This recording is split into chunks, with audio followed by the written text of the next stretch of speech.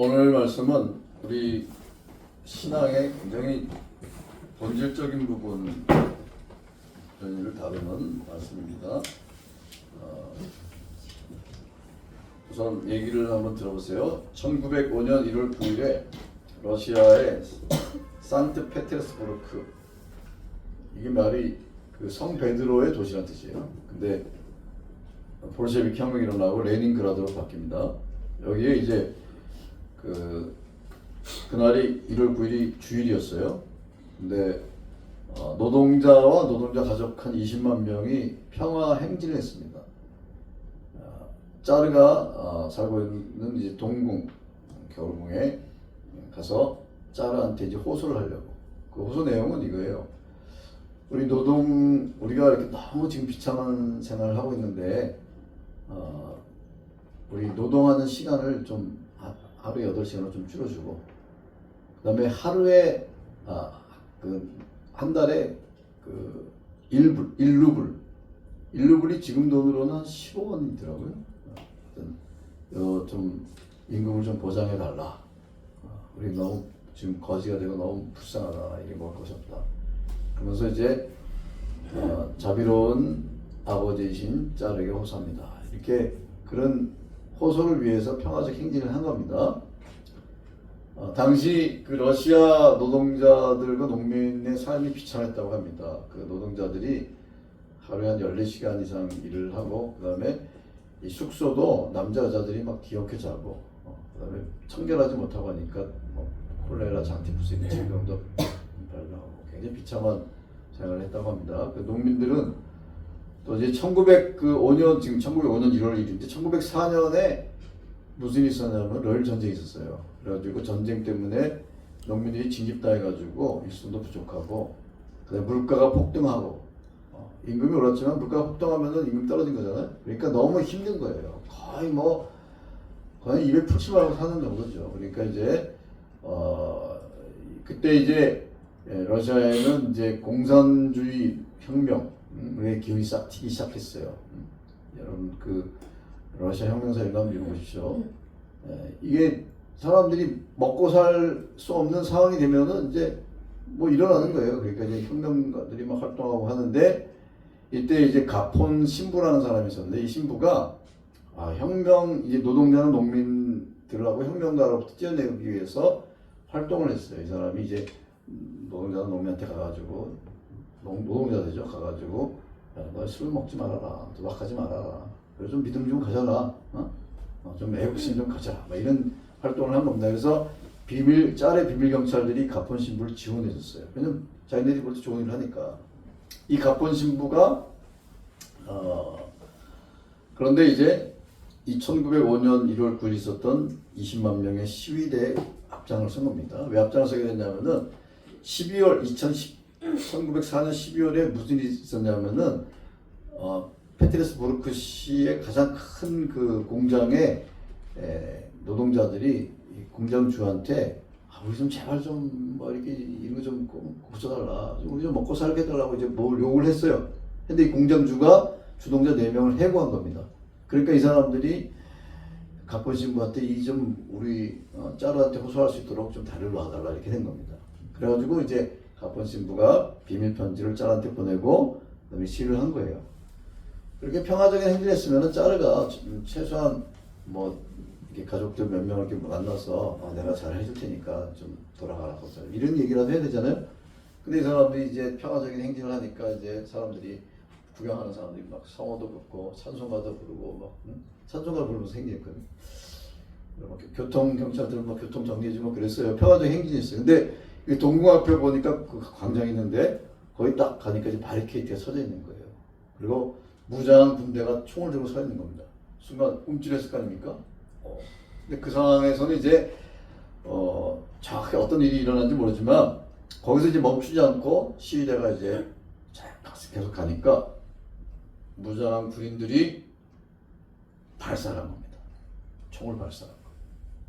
그래가지고 그때 러시아의 눈이 꽉 이제 쌓인 거기에 붉은 선원들이 뿌려지기 시작하니까 이 사람들이 혼비백산 막 도망가기 시작하잖아요. 그러니까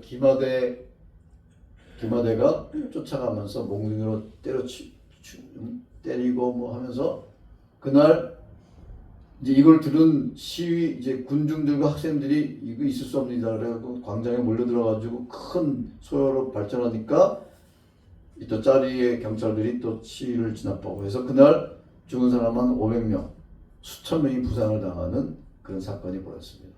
이걸 이제 피해 이율 사건이라고 합니다. 예, 이 사건이 이제 러시아 혁명의 기폭제가 됐다고 볼 수도 있어요. 여러 가지 사건도 있지만 1917년에 볼셰비키 혁명이 일어나가지고 러시아가 이제 공산되는 거예요. 이때 이제 가폰 신부가 아까도 얘기했지만 시위대에 앞장했었는데 이 사람이 이 시위 현장에 있다가 외국으로 도망갑니다. 도망가고 짭한테 편지를 써요. 이 눈 위에 흘려진 이 선열, 이 피에 대한 모든 저주가 당신과 당신의 후손에게 갈 거라. 이렇게 얘기하면서 이때 러시아의 노동자들과 농민들과 많은 사람들이 깨달은 게 있습니다. 짜르는 아버지가 아니구나. 짜르는 황제죠. 짜르를 우리는 자비로운 아버지라 생각하고 호소하라고 했는데 무자비한 아들이구나. 거기서 이 사람들의 의식이 확 바뀐 겁니다. 그동안 노동자들과 농민들은 그렇게 힘겹게 살면서도 황제를 자기 아버지라고 생각했어요. 아버지가 우리 보여준다 생각했는데 이 사람은 더 이상 우리의 아버지가 아니구나. 그걸 깨달게 된 겁니다. 그러니까 이게 이제 사실 혁명이 일어나게 된 가장 중요한 동기 중에 하나가 된 겁니다. 왜냐면은 황제를 아버지라 생각하면 어떻게 아버지한테 해드리겠어요. 그런데 저 사람이 아버지가 아니구나. 이런 사건이 있었고요. 그 다음에 1979년 11월 3일 여러분 1979년 11월 3일이면은 문성철 집사님 43살 때 제가 그때 그 TV를 통해서 봤지만 그때 무슨 일이 있었냐면은 광화문 광장에 200만 명이 운집했어요. 대한민국 사람 200만 명. 왜? 박정희 대통령의 시신을 실은 그 문구행렬이 지나갔거든요. 200만 명이 대선 통곡하고 울었습니다. 박정희 대통령이 9일 전인 1979년 10월 26일 날 이제 김재규 당시 중앙정보부장이죠. 총에 맞아서 죽고 나서 9일장을 치렀는데 그때 우리나라 인구가 한 3,700만이었는데 거의 한 1,760만 명인가? 인구의 거의 한 절반 정도가 조문을 했다고 합니다. 그럼 상상이 가십니까? 전국의 거의 절반입니다. 그리고 200만 명이 운구 행렬을 따라가면서 울었다고 해요. 그 사람들의 가슴에는 아버지가 돌아가신 거예요. 아버지. 그래 이런 장면들을 보면서 통치자들을 아버지로 생각하는 건 왜 그럴까? 그 한번 생각을 해볼 필요가 있습니다. 왜 짜르를 아버지라고 생각하고 또 이제 박정희 대통령은 사실 18년 동안 통치했던 독재자였잖아요. 근데 왜 제가 박정희 대통령에 대한 평가를 하려는 게 아니라 왜 사람들이 박정희 대통령을 아버지라고 생각했을까? 지금도 박정희 대통령을 좋게 생각하는 사람도 많이 있거든요. 그 이유는 이거예요. 이분이 우리를 먹여 살렸다 이겁니다. 이 가난과 우리 1960년에 대한민국 소득이 200불인가? 굉장히 낮았어요. 굉장히 가난했어요. 필리핀에 비교도 안 됐습니다.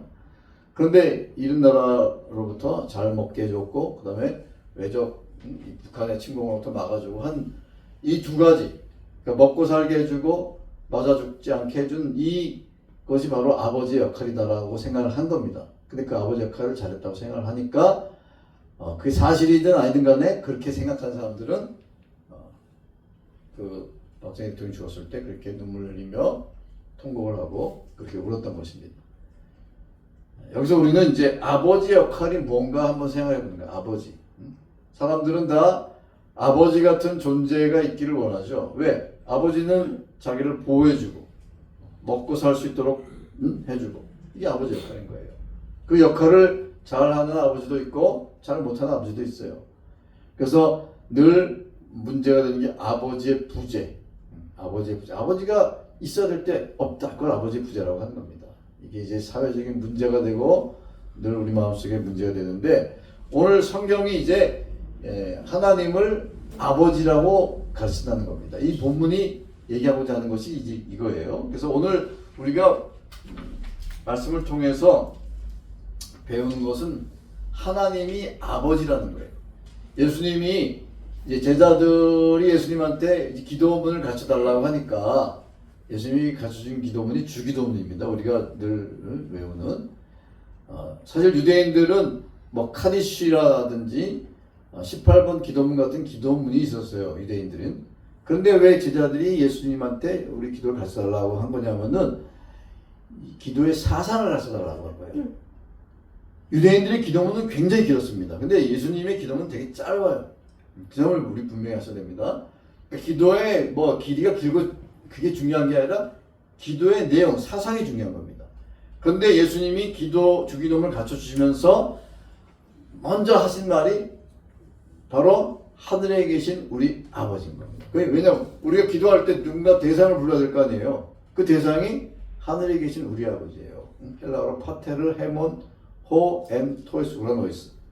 그거 여러분 외우실 필요 있어요. 그리스 가가지고 탁 잘난 척 해서 하늘에 계신 우리 아버지. 그러니까 이 하늘에 계신 우리 아버지가 우리가 기도할 대상인 겁니다. 그러니까 우리 누구한테 기도하느냐?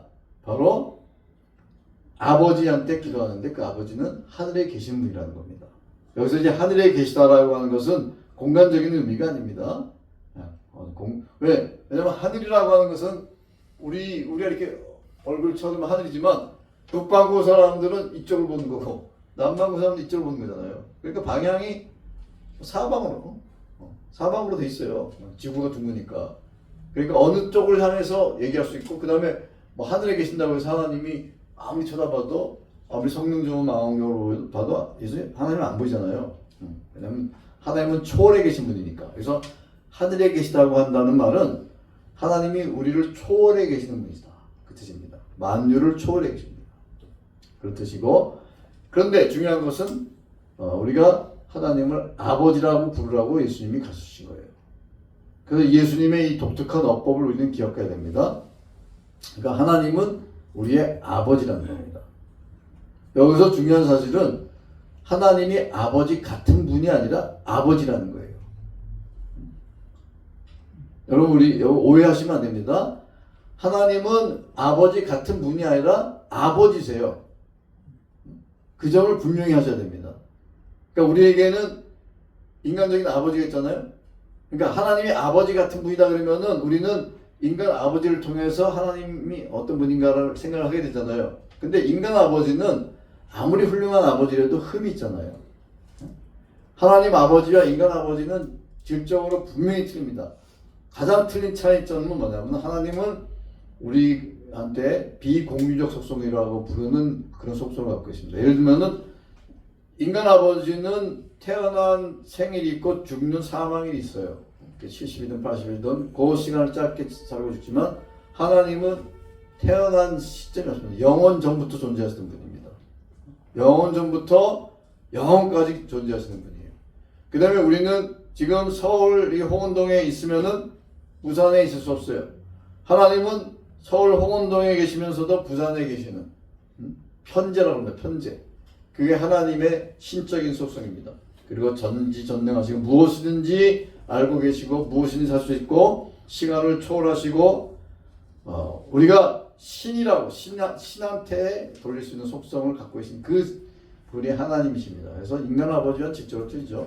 그러나 또한 인간 아버지와 공유할 수 있는 부분이 그게 뭐냐면 하나님이 갖고 계신 성품들 거룩하시고 인자하시고 긍휼이 많으시고 질서의 하나님이시고 이런 부분들 변함이 없으시고 이런 부분들에 대해서는 우리 인간 아버지가 닮을 수가 있는 것이죠. 인간 아버지가 막 변덕스러워가지고 오늘은 막 해가 쨍쨍 빛봤다가 내일은 막 번개가 치고 이러면은 그 아버지를 믿을 수 있겠습니까? 근데 우리 하늘 아버지의 성품을 닮는다는 것은 변함없이 늘 어떤 일정한 기준을 가지고 그런 그것을 이제 우리 인간 아버지는 하늘 아버지를 닮으려고 노력해야 되는 것입니다. 그래서 하나님이 아버지시다라는 사실을 오늘 이 말씀을 통해서 분명히 깨달아야 되고, 그러면 하늘 아버지가 된 우리가 하나님을 아버지라고 부를 수 있다는 것은 우리가 하나님의 자녀란 뜻이에요. 나는 하나님의 딸이다. 나는 하나님의 아들이다. 그러면 어떻게 하나님의 아들과 딸이 될 수 있느냐? 요한복음 1장 12, 13절에 나오죠. 뭐라고 되어 있습니까? 영접하는 자, 그 이름을 믿는 자들에게는 하나님의 자녀가 되는 권세를 주셨나니, 그 권세라는 말은, 엑수시아라는 말은 어떤 권리란 뜻도 있고 능력이란 뜻도 있습니다. 그러니까 엄청난, 우리가 하나님의 자녀가 된다는 것은 엄청난 권세, 능력, 어떤 그 권리를 가진 거예요. 하나님의 자녀가 되는 권세를 주셨나니 이는 혈통으로나 육정으로나 사람의 뜻으로 나지 아니하고, 고대인들은 남자와 여자의 피가 섞여서 사람이 태어난다고 생각했어요. 그러니까 그 혈정이라고 하면 피, 그 다음에 육정, 사르크스는 인간인 거예요. 인간적인 방법으로 되는 게 아니라는 겁니다. 그 다음에 사람의 뜻으로 되는 게 아니에요. 뜻으로 되지 아니하고 하나님의 뜻으로 된 자니라. 그래서 어떻게 하나님의 자녀가 됩니까 하는 것은 요한복음 3장에 보면 나옵니다. 니고데모가 밤에 찾아가가지고 예수님과 대화를 할 때 예수님이 니고데모를 막 책망하시잖아요. 그러면서 하나님의 자녀는 어디로부터 난다고요? 하늘로부터 난다. 그걸 우리는 중생 거듭남이라는 표현을 쓰는데, 그 거듭난다는 뜻은 하늘로부터 태어난다는 뜻입니다. 그래서 니고데모가 뭐 나이가 들었는데 어떻게 또 엄마 뱃속에 들어갑니까? 그럼 예수님 막 책망하시잖아요. 너는 유대인의 선생된 자로서 그것도 모르냐 그러면서. 그러니까 하나님의 자녀가 된다는 것은 어떤 인간적인 방법으로 도저히 될 수가 없어요. 내가 10억을 기부한다고 되는 게 아니에요. 응? 무슨 교회를 막 1000개를 지어가지고 봉헌한다고 되는 게 아닙니다. 응? 오직 믿음으로 예수님의 그 이름을 믿는 그것을 통해서만 하나님께서 그 자녀됨을 우리한테 주시는 거예요. 하나님의 선물인 거예요. 그러니까 예수님의 이름을 믿는다는 것도 내가 그 이름을 믿는 것 같지만 사실은 하나님의 선물인 거예요. 그래서 우리가 외형적으로 보면은 내가 예수님의 이름을 믿고 하나님이 하신 그 크신 일들을 내가 믿음으로 받아들이는 그 사람에게 하나님의 자녀가 된 권세를 주셔서 내가 하나님을 아버지라고 부를 수 있는 겁니다. 그럼 여러분한테 묻습니다. 여러분 정말 하나님이 아버지라고 믿으세요? 네? 네. 믿으세요? 초원이 믿어? 이 믿음은 강요할 수가 없어요. 내가 정말 하나님의 자녀라면 아버지라고 불러야 돼. 근데 우리가 하나님을 아버지라고 믿으면서도 사는 걸 보면은 좀 너 아버지 하늘 아버지의 자녀 맞아? 이렇게 의심되게 행동을 하기 때문에 오늘 우리가 이 말씀을 다시 한번 생각을 해보자는 겁니다. 정말 우리가 하나님이 우리 하늘 아버지라고 하면은 오늘 예수님이 하신 말씀은 뭐예요? 인간 아버지도 떡 달라는데 돌을 줄 아버지가 어디 있고, 생선 달라는데 뱀을 줄 사람이 어딨냐? 알을 달라는데 전갈을 줄 수 있는 사람이 어딨냐? 알하고 전갈하고 생긴 게 똑같아요. 전갈이 이렇게 몸을 또르면 알처럼 생겼거든요. 근데 생긴 건 똑같지만 직접 다르잖아요. 그러니까 인간의 아버지도 그렇게 자녀가 달라 그러면 주는데 하늘 아버지께서 좋은 것을 주지 않겠느냐? 여기 문제는 이거예요. 그러면 인간 아버지가 줄 수 없는 거를 하나님 저 자동차 한 대 주세요. 이렇게 하라는 게 아닙니다. 이 성경 말씀 그 뜻이 아니에요. 좋은 것, 그 좋은 것이라고 하는 건 뭐냐면 하나님께서 자녀에게 주시는 좋은 걸 얘기하는 거예요. 그러니까 이것이 좋은 것인지 아닌 것인지는 내가 선택한 게 아니라 하나님께 선택하세요. 하늘 아버지가. 아무리 달라 그래도 하늘 아버지가 좋다고 판단하지 않으면 안 주시는 거예요. 그래서 누가 보면 성령으로 돼 있죠. 성령 주신다는 것인데, 성령뿐만 아니라 사실 우리 생활에 필요한 것도 하나님이 우리에게 필요한 것을 주시는 겁니다. 그래서 우리가 하나님을 정말 하늘의 아버지로, 나의 아버지로 믿는다면은 가장 먼저 해야 될 것은 바로 그 사실을 믿는 겁니다. 하나님이 나의 아버지시구나. 그 믿음 속에서 내가 하늘의 아버지, 하나님이 내 아버지라면은 여러분 어떤 마음이 들겠습니까? 야, 내가 하나님이 내 아버지다. 그러면은 일단은 나는 고아가 아니에요. 외롭지 않아요. 든든해요. 하나님이 내 아버지니까. 그래서 이 여행을 하다 보면은 경치 좋은 데 있잖아요. 그럴 때 어떤 생각이 드십니까? 이게 내 아버지가 만든 거야. 이런 사람들이 막 감탄하면 이거 우리 내 아버지가 만든 거야. 그러면 사람들이 그러세요? 그 뜻의 의미를 잘 모르겠죠. 근데 진짜로 그런 믿음이 있어야 되는 겁니다. 하나님이 만드신 이 정말 내 아버지의 솜씨 놀랍다. 이것을 우리가 믿을 수 있는 그 믿음이 있는 겁니다. 그 다음에 하나님이 정말 하늘의 아버지라면은 우리는 무엇을 해야 되는가? 그 하나님과 교제를 해야죠. 교제. 그 사귐. 그 교제, 인격적인 관계. 그러니까 우리가 이 기독교가 다른 종교하고 가장 틀린 부분 중에 하나가 뭐냐면은 우리가 믿는 하나님이 인격이라는 겁니다. 인격. 이 부분에서 이제 철학자들과 뭐 불가지론자들 이런 사람들이 기독교를 반대하죠. 어떻게 신이 인격일 수 있느냐? 인격이라고 하는 것은 뭔가 부족한 결함을 얘기하는 것인데, 그렇지 않느냐? 이거 정반대되지 않느냐? 신이라는 개념하고 맞지 않지 않느냐? 이렇게 반발을 해요. 그런데 우리가 성경 구약부터 신약까지 읽어보면은 하나님은 계속 자녀들한테 말을 거시고 대화를 하시잖아요. 아담한테도 말을 거시고 가인한테도 말을 거시고 계속 대화를 하시잖아요. 그 다음에 말씀을 하시고 모세를 통해서 이스라엘 백성에게 말씀하시고 또 그 말씀이 육신이 되어 우리 가운데 거하신 분이 바로 예수님이신 거예요. 이게 기독교 진리인 거예요. 그래서 우리는 하나님과 교제를 해야 돼요. 그 교제의 가장 중요한 부분 중에 하나가 바로 기도인 겁니다. 그래서 하나님을 정말 아버지로 믿는 사람들은 뭐 기도하라 말라 우리 할 필요 없어요. 기도를 하게 돼 있어요. 그래서 기도라는 것은 우리가 무슨 형식이나 어떤 기도의 어떤 절차나 내용이나 이런 걸 예수님이 가르친 적이 없습니다. 기도의 내용을 가르쳤어요. 그게 바로 주님이 가르친 주의 기도문이에요. 이렇게 기도하라. 그러면서 그분을 우리의 아버지로 생각하고 그 아버지께 이런 기도를 드려라 라는 것이 주님의 가르치는 기도문인 겁니다. 그래서 우리가 어떤 어려운 일이 있을 때뿐만 아니라 감사할 일이 있을 때도 아버지 감사합니다 이렇게 할 수 있잖아요. 아버지 감사합니다. 아버지 제가 힘듭니다. 뭐 이런 호소할 수도 있는 거고 이런 문제를 좀 도와주세요. 청원할 수도 있는 거고 아버지께 영광 돌리기를 원합니다. 그래서 기도가 굉장히 중요한 겁니다. 그리고 또 하나는 하나님의 말씀에 순종하는 거예요. 아버지의 가르침이잖아요. 하나님이 뭘 좋아하시고 뭘 싫어하는지를 우리가 점점 배워가면서 그분이 싫어하시는 건 뭐예요? 하나님이 싫어하시는 건 죄예요. 죄를 싫어하세요. 그래서 이거는 하나님이 싫어하시는 거니까 내가 하지 말아야 되겠구나. 그리고 하나님이 기뻐하시는 건 내가 순종해야 되겠구나. 이것이 바로 참된 자녀들이 걸어가야 할 길이에요. 정말로 내가 하나님을 아버지로 믿는다면은 그 아버지를 경외하고 두려워하고 정말 참된 믿음을 갖는 것은 그분과 교제하고 그분의 말씀에 순종하는 것이에요. 그래서 우리가 구약의 신명기 6장 4절 5절에 가장 큰 계명이 뭡니까?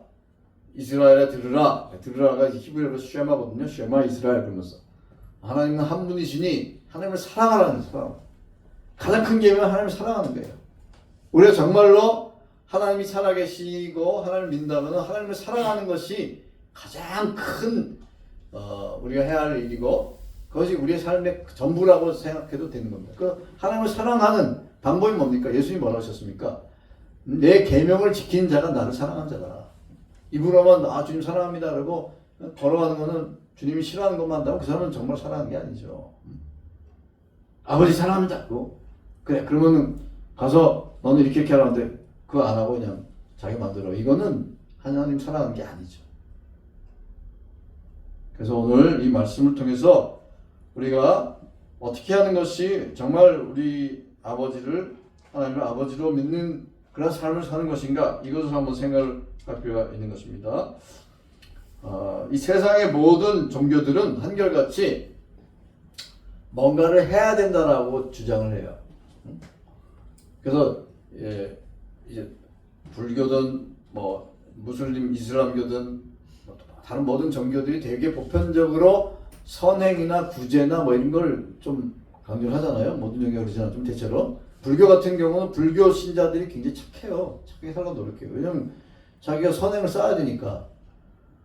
우리 기독교도 예수님이, 하나님이 그런 말씀을 안 하신 건 아니지만, 그러나 기독교의 가장 근본적인 핵심적인 그 주장은 뭐냐면은 우리가 뭐를 하라고 예수님이 가르치는 게 아니에요. 우리가 해야 할 가장 첫 번째 거는 하나님을 믿는 거예요. 예수님이 말씀하셨잖아요. 하나님이 일이 뭐냐? 하나님을 믿는 거라는 거예요. 그럼 그런 말씀을 읽을 때 좀 이상하다라는 생각을, 뭐 이상하다? 우리가 뭘 해야 된다고 생각하는데 우리가 해야 될 게 없어요. 우리가 할 가장 큰 거는 하나님을 믿는 거라니까요. 아버지를 믿는 거야, 아버지를. 우리가 하나님이 아버지구나. 이 좋은 아버지가 어떤 분인지 내가 좀 알아봐야 되겠다. 아버지가 믿으려니까 그냥 아버지를 신뢰하고 의지하고 그분한테 맡기는 겁니다. 그 다음에 아버지의 뜻이 무엇인지를 깨닫고 이렇게 살아야 되겠구나. 그게 윤리적인 삶으로 나타날 수가 있고 십계명일 수도 있고 이런 거예요. 이 부분에서 우리가 이 순서를 바꾸면 안 됩니다. 기독교를 무슨 다른 종교처럼 만들려면 하면 안 되는 거예요. 기독교는 율법의 종교가 아니에요. 은혜의 종교라니까요. 우리가 은혜로, 하나님의 은혜로 구원받은 거예요. 하나님의 자녀가 된 거예요. 하나님의 자녀가 되면 내가 뭘 하나라도 한 게 없다니까요. 그 믿음조차도 하나님 주신 선물이에요. 근데 하나님의 자녀가 됐기 때문에 감사함으로 하나님 믿고 의지하고 하나님 말씀 순종하며 살아야 되겠구나. 이게 우리가 할 일인 것입니다. 그럴 때 하나님이 기뻐하시는 거예요. 그래서 오늘 말씀을 통해서 우리가 내가 저 아버지가 계시구나. 이제 나이가 들면 이제 아버지가 돌아가시고 나면 아버지가 없잖아요. 근데 아버지가 계시다는 것, 이게 나한테 큰 위로가 되고 큰 힘이 되고 큰 안정감을 주는 거예요. 든든한 바위 같은. 여러분 덴마크의 철학자 키에르케고르라고 들어보셨죠? 키에르케고르가 이제 뭐 실존주의의 아버지라고 하기도 하고 기독교인으로 이제 알려져 있습니다. 근데 이 사람이 어떻게 신앙을 갖게 됐냐면은 이 키에르케고르의 아버지가 이제 독실한 기독교 신자였어요. 이제 덴마크는 루터교가 들었으니까 전부 다 루터교예요. 근데 루터교 신자인데 이 아버지가 엄격하게 어려서부터 기독교 신앙을 가르쳤어요. 그래가지고 이 키에르케고르가 기독교 신앙을 가질 수가 있었는데 이 아버지와 이런 일화가 있었어요. 키에르케고르가 아주 어렸을 때 아버지와 둘이 이제 어떤 숲속을 이렇게 걸어가고 있는데 숲속 길이 이렇게 땅 속으로 푹 꺼져서 저쪽으로 가게 되는 길이에요. 그러니까 아마 이게 푹 꺼졌는데 저쪽은 여기서 보면 그쪽에 껌껌해가지고 보이지 않는 곳입니다. 않는 곳이고 저쪽에서는 이제 여기 빛이 지금 보이잖아요. 그래서 이제 아버지가 먼저 내려갔어요. 이리 내려와라 했더니 무서워요. 이렇게 애가 내가 너를 지켜보고 있다. 이렇게 얘기한 겁니다. 아버지가. 그래가지고 이제 키에르케고르가 내려갔더니 그 아버지가 계신 거예요. 근데 여기 바깥에서 보면은 컴컴한 데서 아버지 목소리 들리는데 안 볼 거 아니에요. 근데 이제 아버지가 내려와. 내가 너 지켜보고 있어. 이렇게 되니까 이제 키에르케고르가 자신감을 가지고 내려간 겁니다. 근데 이 사건이 이 사람한테 평생 잊혀지지 않는 거예요. 내가 너를 지켜보고 있다. 이게 이 사람한테 굉장히 각인된 겁니다. 그래서 이것이 하나님께서 나를 지켜보고 있는 거랑 똑같은 그런 어떤 비유로 작용한 겁니다. 자, 우리 하나님이 하늘 아버지가 계신데 하늘 아버지를 우리가 볼 수 있습니까? 우리 성도님들 가운데 저는 수시로 봅니다. 그러면 제가 정신병원 가라고 하죠. 정신병원 가야 돼요. 수시로 음성이 들려요. 그래서 정신병원 가야 돼요. 그런 사람도 있어요. 뭐 맨날 성령님 음성 듣는다는 뭐 그런 사람 있어요. 베니 같은 말이 안 되네요. 하나님 보이지가 않아요. 보이지가 않아요. 왜? 우리 초월에 계시니까. 초월에 계시는데 어디에도 또 계십니다. 그 초월성과 내재성이라고. 만유를 위에 계시며 만유 안에 계신다. 그러니까 하나님은 초월에 계신데 또 어디나 계세요. 지금 여기 가까이도 계시고. 그러니까 하나님은 영이시기 때문에 볼 수가 없는 겁니다. 그러나 분명히 존재하는 겁니다. 그래서 우리는 하나님을 볼 수 없지만 하나님은 우리를 늘 보고 계시는 겁니다. 우리의 앉고 일어섬, 눕고 깨고 일거수일투족을 항상 보고 계시는 거예요. 그래서 그걸 생각하면은 죄를 지으려고 하다가도 하나님 보고 계시는데 이런 생각을 하게 되는 겁니다. 하나님이 아버지라는 생각을 하고 늘 나를 보고 계시다라는 생각을 하면은 우리가 좀 죄에 대해서 조금 이렇게 한 발짝 물러서게 되는 거예요. 그리고 하나님이 지금 내가 하는 행동을 어떻게 생각하실까? 기뻐하실까? 이런 생각을 하게 되는 겁니다. 그래서 오늘 우리가 이 말씀을 가슴에 좀 새기면서 하나님이 아버지시다. 그 아버지를 믿고 그분에게 우리의 삶을 의탁하는 그러한 믿음을 가지는 우리 성도님들 되시길 바랍니다. 그런데 이 가톨릭에서는 신부를 아버지라 하잖아요. 파더라 하잖아요. 파더. 네? 신부를 파더라 하잖아요. 그 왜 그런지 아십니까? 그게 옳습니까? 일단 잘못된 거예요. 근데 그게 왜 잘못됐는지 이따 점심 먹고 나서 제가 한 10분 동안 간단하게 말씀을 드리겠습니다. 근데 오늘 말씀은 예수님이 우리한테 하나님 아버지, 하늘에 계신 아버지, 하나님을 아버지라 부르라. 그리고 예수님 자신도 아버지라 불렀잖아요. 그러면 예수님하고 우리의 관계가 뭐 동등한가 이렇게 생각하시면 안 됩니다. 왜냐면은 예수님을 하나님의 아들이라고 할 때는 휘오스라는 단어를 쓰고 우리는 여기 보면은 영접하는 자 곧 그 이름 믿는 자들에게는 하나님의 자녀가 되게, 자녀라는 단어는 헬라어 테크논이에요. 테크논은 아이들이라는 뜻이에요. 우리는 아이들, 하나님의 아이들이고 예수님은 하나님의 아들. 그러니까 우리가 예수님을 또 하나님이라고 또 부르잖아요. 그러니까 그렇게 정리하시면 됩니다. 그래서 오늘 말씀을 가슴에 잘 기억하시고 하나님이 아버지 같은 분이 아니라 하나님의 아버지다. 그 아버지가 나를 자녀로 삼으신 그 은혜와 사랑을 감사하고 내가 자녀니까 내가 하나님의 딸이다, 하나님의 아들이다. 그러니까 하나님의 딸로, 하나님의 아들로 정말 아버지의 이름을 먹칠하지 않고 내가 어디 가서도 아버지를 자랑하고 아버지 신뢰하고 아버지 뜻을 따라 살려고 하는 그런 믿음의 사람이 돼서 우리 하나님께 영광 돌리는 그 섬김의 교회 성도 되시길 바랍니다. 기도하시겠습니다.